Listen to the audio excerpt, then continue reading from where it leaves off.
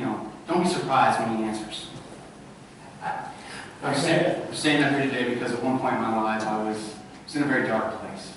I was so weak, so broken, without hope.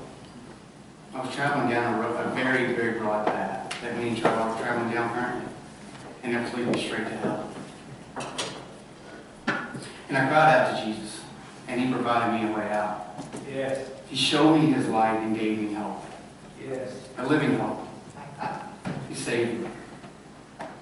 Before I knew Jesus in that dark period, I remember a time I pulled up to a gas station to get some alcohol.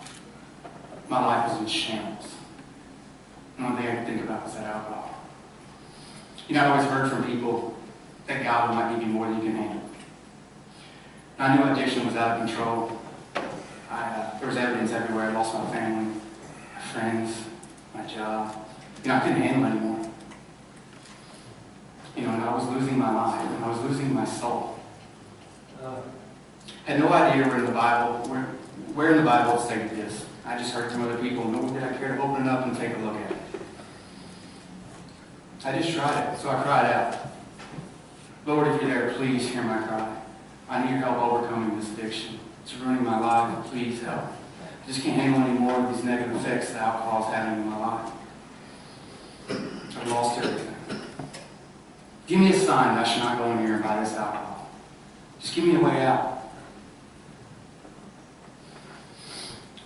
So I get up to I go in, I get up to the counter. I go to pay for my alcohol. No wallet. Didn't have a wallet. There you go. So what did I do? And I minded this before I knew Jesus. I called out and he answered, but I didn't know him, so I did what most people would do that don't know Jesus. I wrote this off as a coincidence. The dictionary definition of a coincidence is a striking occurrence of two or more events at one time, apparently by mere chance. Occurrence one is I asked God to give me a sign. Occurrence two, it just so happened that I forgot to pick up my wallet before I left the house. So I just wrote it off as a fluke, as an accident. What are the odds that happened? Have you ever experienced what you thought was a coincidence in life? You ask for safe travels and your car breaks down before you get started. Or, maybe you go out there and maybe you think you met your significant other just by mere chance. See, that's what I was saying. That wasn't really God. That was just a coincidence. So I hurried home to get my wallet. Coincidence does show up in the Bible.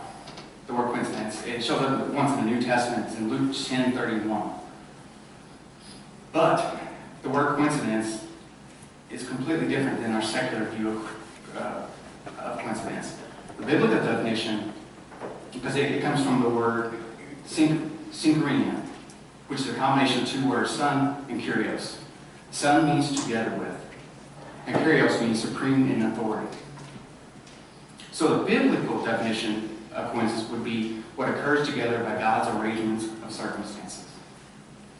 Looking back now, I see that's exactly what that was. It was God's arrangement of circumstances. He answered my prayers. Yes. You want to go back, what prompted me to pray? God will not give us more than we can handle. That's very true. In 1 Corinthians 10:13, it says, "No temptation has overtaken you except what is common to mankind. And God is faithful. He will not let you be tempted beyond what you can bear. But when you are tempted, He will also provide a way out so that you can endure it." Yes. Thank you, Lord. So what I heard was very true. He will not tempt you beyond what you can bear. But, there's that but. When you are tempted, He will also provide a way out. Yes. So a way out will be provided. So, is there some action that I need to take? What was the way out? Well, the way out is Jesus. It's Jesus. Yes. Accepting Jesus Christ as your Lord and your Savior. Yes. See, Jesus provided me a way out that night. by answering my prayer. He revealed himself to me, but I chose to ignore it because I only knew of him and I didn't have a personal relationship with him. You know, years passed and I grew deeper and deeper into my addiction after that night, until eventually I did cry out what I needed to cry out a long time ago for, and that was save me. And he met me right there where I stood, and he broke my chains. You know, August 24, 2014, I started a personal relationship with my father. You know, the first year and a half, I went through some ups and downs as building my relationship with him. I did. I gave into December 2015. I gave into my biggest weakness, and that was alcohol. But after that night in December, I've grown stronger and stronger in my Christian walk. Yes. Through my growth, James 4:8 states, "Draw near to God, and He will draw near to you. Cleanse your hands, you sinners, and purify your hearts, you double-minded." Man. That's exactly what was happening in my life. I started to draw near to the Lord with Bible readings, prayer, praise, worship, fellowship. Yes. You know, I said, "Okay, Lord, break my heart for what breaks yours. Convict me." And I became overwhelmed. It wasn't just alcohol. It was anger issues. It was gossip. It was my language. It was lies, the white lies, the half-truths. It was my music. It was my television. So I'm going to get rid of all my negative influences in my life. Called me to serve. You know, I said I was overwhelmed. I went from overwhelmed to overjoyed, though, because my Lord was speaking to me. Yes. And with him by my side, I was accomplishing what he was asking me to do. And at the end of my life here on earth, all I want to hear is my Master say, as it states in Matthew 25:23, "Well done, good and faithful servant." Yes. Man. That's all that really matters. Yes. To hear those words, wow, it's amazing. Praise the Lord. You know, last Saturday, I was sitting at home and I was watching some Clayton Jamie videos.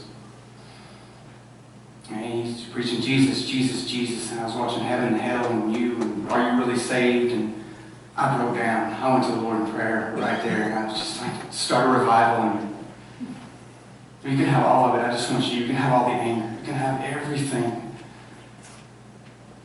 I guess, you know, without me realizing that my fire had died down a little bit. Because I was just sold out on fire at that moment.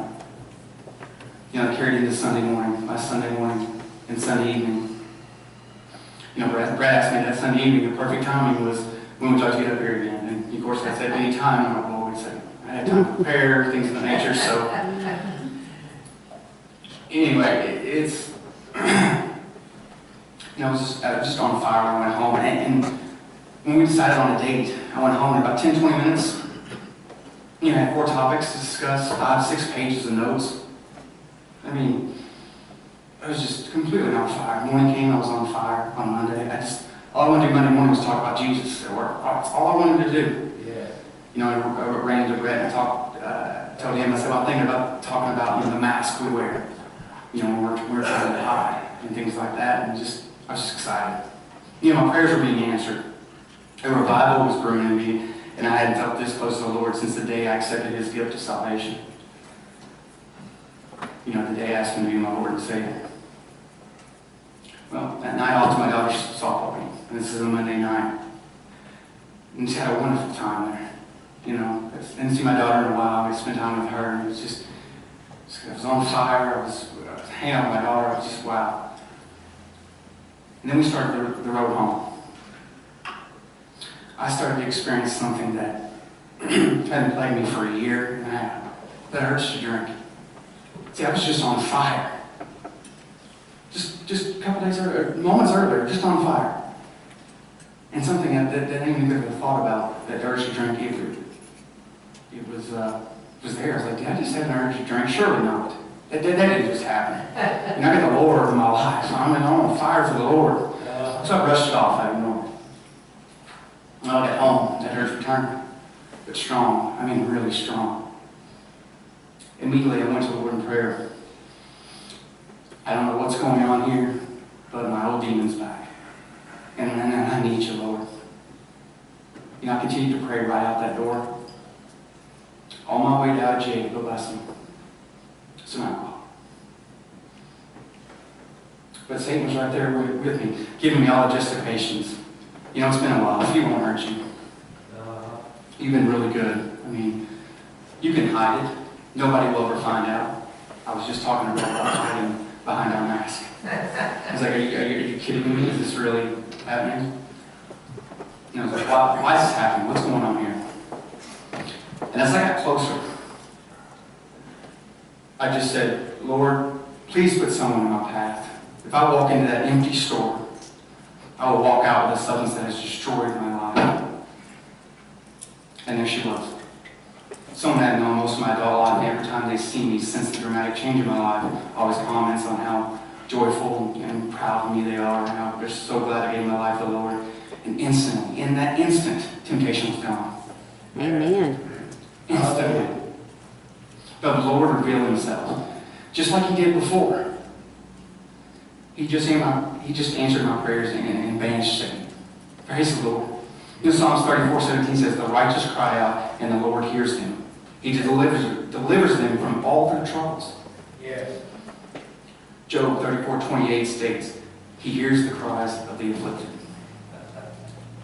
But what's the first thing we have to do, though? We have to accept the way out. Yes. We have to accept Jesus, went to the cross for us, and died. And he rose 3 days later. He wants to be your Savior. He wants a personal relationship with you. Yes. So, you know, the closer we get to the Lord, the more Satan wants to attack us. Mm-hmm. You know, that temptation is something I hoped I would never have to deal with again in my life. But Satan is very real, and he's very, very powerful. And he will try to pull you back down into the same bondages that Jesus broke for you. 1 Peter 5:8 states, be self-controlled and alert. Your enemy, the devil, prowls around like a roaring lion, looking for someone to devour. Yes. You know, Satan doesn't have to tempt the souls that are already his. You know, I came across a story, and there were 2 guys playing golf, and one of them said he wished Satan would just leave him alone and quit tempting him all the time. The other man said, I don't know what you're talking about. Satan doesn't bother me at all. The first man responded, then he has you right where he wants you, and there is nothing to bother you about. See, if Satan's not attacking you, something's wrong. Yes. He's going to continue to attack you. And as you draw closer to the Lord, he's going to attack you more. Mm-hmm. See, people mistakenly think once they have the Lord, Satan will just call it quits. Throw up that white flag, say, I'm going to leave him alone. He's got the Lord. That's the complete opposite of what's going to happen. He will come after you again and again and again. And in a scripture in Luke elaborates this. Luke 4:13. Satan was tempting Jesus. He said to him, I will give you all authority and all the splendor over all kingdoms of the world. Just worship me and it's all yours. Jesus, of course, rejected. And in Luke 4:13 it states, when the devil had finished all the tempting, he left him until an opportune time. See, he's coming back. He's coming back to tempt him. He wasn't done. See, even though you might win a small battle over Satan, as I did with the help of my Savior, the devil will return. He will always return. But we are victorious. As Paul stated in 2 Timothy 4:18, the Lord will rescue me from every evil attack and save me for his heavenly kingdom. To him be the glory forever and ever. Amen. You know, Billy Graham, I'm going to quote Billy Graham here to close this out. He said, yes, Satan is real, but so is Christ. And someday Satan will be defeated and Christ will rule forever. Don't be deceived, but open your heart and mind to Jesus Christ and put your life into his hands. So when Satan starts attacking me, even if it's an old bondage that Jesus broke from me a long time ago, am I going to fold? Am I going to hide? Am I going to run? No, I'm going to keep moving. Yes. Man.